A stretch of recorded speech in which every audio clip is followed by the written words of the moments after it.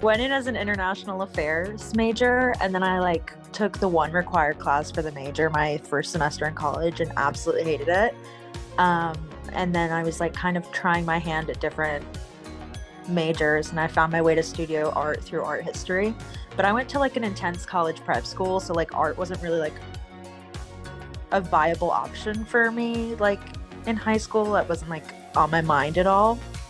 So yeah, I think I became an art major in like my sophomore year of college. I did. I mean, it seemed like such a great way to meet people, and I was coming in from out of state and really knew nobody at FSU, so I was interested in that. And also I play the trumpet, and I wanted to keep doing that for as long as possible. I remember when I was 13, I think, we went to visit CNN headquarters in Atlanta, and I loved like their newsroom. And so then I kind of realized I was going to be able to tie together like the meteorology aspect that like I had a passion for, and then also the communications aspect. Summer program here at FSU, a musical theater intensive, and I think that really like getting a music theater education in 3 weeks like in a college setting, that really confirmed to me that I wanted to pursue this in college. And then so of course senior year I really had to go through the whole like crazy audition process. At FSU at least are like 2.5 hours long, and they run 2 days a week. So I would get up and get ready for my day or whatever, and then I'd go to campus and typically be there all day because it would be like you have to take so many classes and they're really long classes. You're on campus a week early and you do a full week long like training. And so with that, you learn how to march because they don't expect you to like be perfect or even know anything about marching. And then at the end of the week, pretty much they like assess you and you find out if you made the group or not. On Mondays and Wednesdays, I might wake up and eat breakfast, and then I'll go to like a movement class. In the movement classes, my freshman year were 2 hours long. So they were like pretty long classes. So I'll go to a movement class, and then I'll get like 15 or 30 minutes in between that class and my next class, which might be a voice and speech class, which is not a singing, but like vocal technique for using your vocal folds properly. And then I'll get maybe 15 or 30 minutes in between, and then I'll have an acting class that's dedicated to acting technique. And then it lasts my sophomore year, and now my junior year, I'm taking more classes like film classes, film acting classes, or action classes that are dedicated to like specific styles of theater, like American realism. We practiced from 4 to 6 p.m. And the practices would usually either be practicing like the actual marching portion and learning what our new show was going to be and how we were going to march it on the field, or we would be doing like music rehearsals either as a full band or just with like your musical section.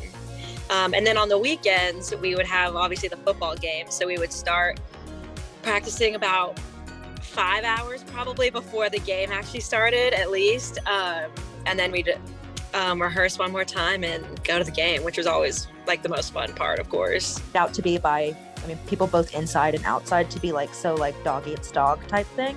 But I just think that art classrooms and college are a really cool way for people to connect with each other and just be like creative and like find new inspiration or pick up new techniques from people. Like I've definitely seen someone in a photo class and been like, hey, that was really cool. Like, how did you do that? Like, can you teach me how to do that? In my year, we actually got to go to France and play for the 75th anniversary of D-Day on Normandy Beach.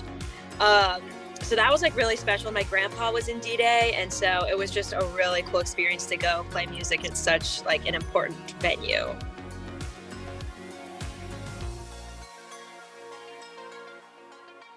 A focus for like our generation and people like younger than us to like have practical skills, and you always think about, oh, these are my interests. How am I going to monetize that? How am I going to turn this into a career for myself? How am I going to be successful? But I feel like in college, I learned the value of like liking things, just to like things. It's nice to just be able to make art with no like commercial purpose behind it. So I would say just like, it's definitely scary if you're going to be in front of the camera or even behind the camera doing the editing, everything's up to you to make it look right, or being in a magazine, whether that's like writing.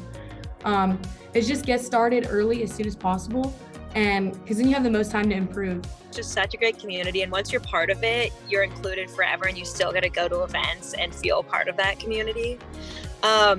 And I would also suggest reaching out to somebody like one-on-one if you're interested. I've talked with a lot of freshmen who've thought about doing it.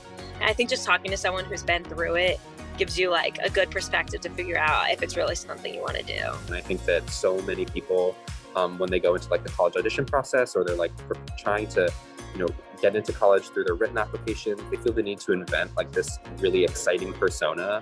And I just want people to know that like who you already are and what you're already bringing to a room and what you're already bringing to conversations like is enough.